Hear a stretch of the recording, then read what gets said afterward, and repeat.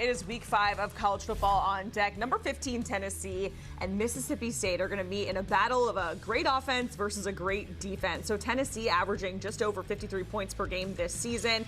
They're led by that guy, Joey Aguilar, who has 200 or more passing yards in 28 straight games. Meanwhile, Mississippi State just under 12 points per game in their first four games. Let's get back to the Joey Aguilar stats, though, shall we? 12 passing touchdowns this season, which, by the way, is tied for the most in the SEC. Let's welcome in our college football analyst, Brandon Marcello. So, Brandon, want to get to the Tennessee sides of things first. There was a lot of drama at the quarterback position for Tennessee in the offseason. We all know that. But Joey Aguilar seems to be fitting in and doing just fine. You know, what's funny is a lot of the coaches there, when they got Joey Aguilar on campus, they said, we look like we've won the quarterback trade, so to speak. And the numbers are proving themselves out. You mentioned the 12 touchdown passes. That's the third most through 4 games in Tennessee history, just behind Mr. Peyton Manning. In fact, it's the fastest start ever for a Josh Heupel quarterback there at Tennessee. So he's just clicking. The big thing for him, though, is that he's cut down on the turnovers. Those were issues for him previously at UCLA and especially at Appalachian State. He's got an incredible story, as we all know. He was not recruited out of high school, went to the junior college route, and just kept moving his way up, and now he's playing big-time football in the SEC. He's number 3 in the nation in passes of 40-plus yards this year. He is just absolutely killing it in that Josh Heupel offense, and what would you expect? Heupel just makes the best quarterbacks even better, and you can see it right now, that veteran leadership, too, with Joey Aguilar and that experience translating on the field. Whereas last year under Nico Iamaleava, when he started getting into tough games, that production started to chill out a little bit. Not under Joey.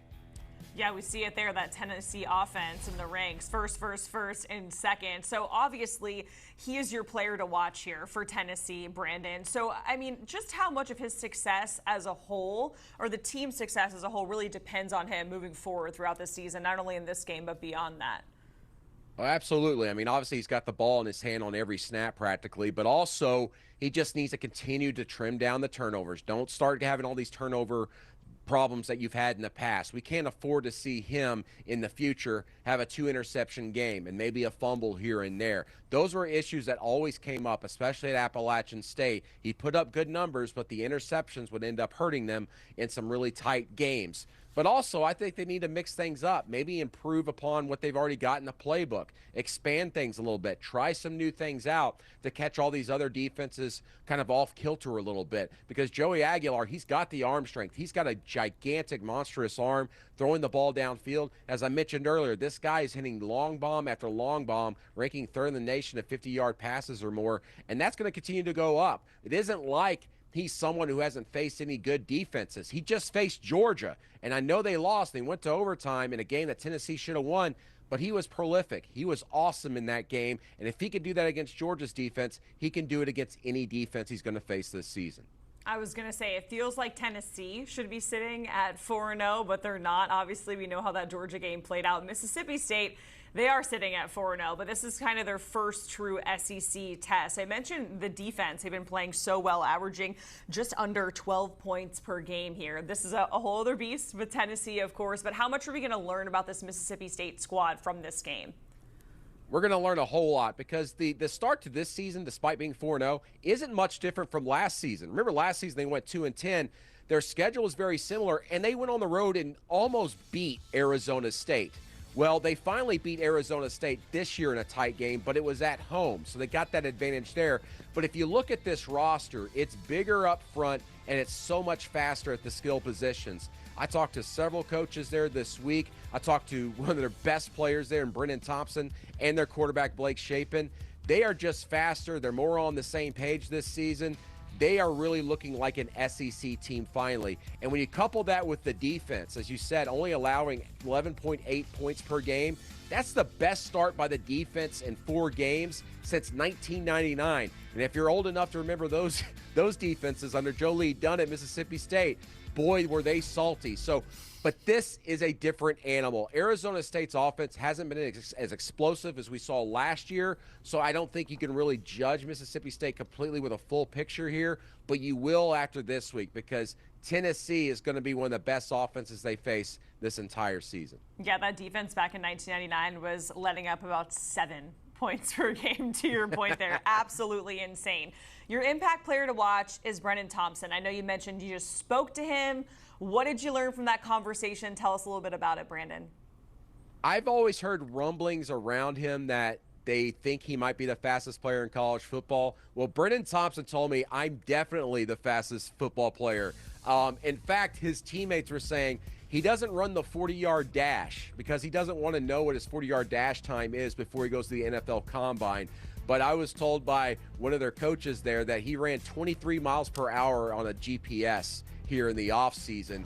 He also was former teammates with Xavier Worthy at Texas. Now, if you guys are familiar, Xavier Worthy broke the NFL Combine record in the 40-yard dash 2 years ago with 4.21 seconds.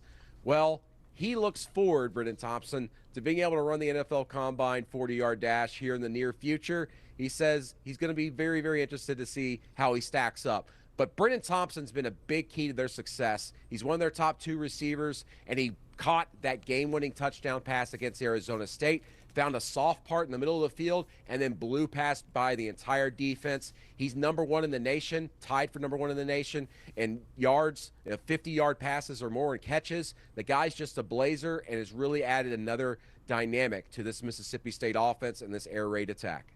Okay, so now I can't wait for the Combine. I'm going to be all eyes on Brennan Thompson for that 40 time, and we know Xavier Worthy is so dang fast, so if he can break that, that is going to be insane. It is time for a game prediction. Brandon, Tennessee 7.5-point favorites, a total sitting at 62 and a hook, so give us a pick, my friend. I'm going to go with Tennessee here. I just think that their offense is way too explosive. And as we mentioned, Mississippi State's defense hasn't really been tested all that much this year. Sam Levitt at Arizona State hasn't been doing as well all season this year. Their running attack has kind of taken a little bit of a step back. But there is one issue with Mississippi State's defense that has popped up from time to time. It's the rush defense. They're still allowing some big chunk yardage here and there. In fact, Arizona State still picked up 200-plus yards against them on the ground.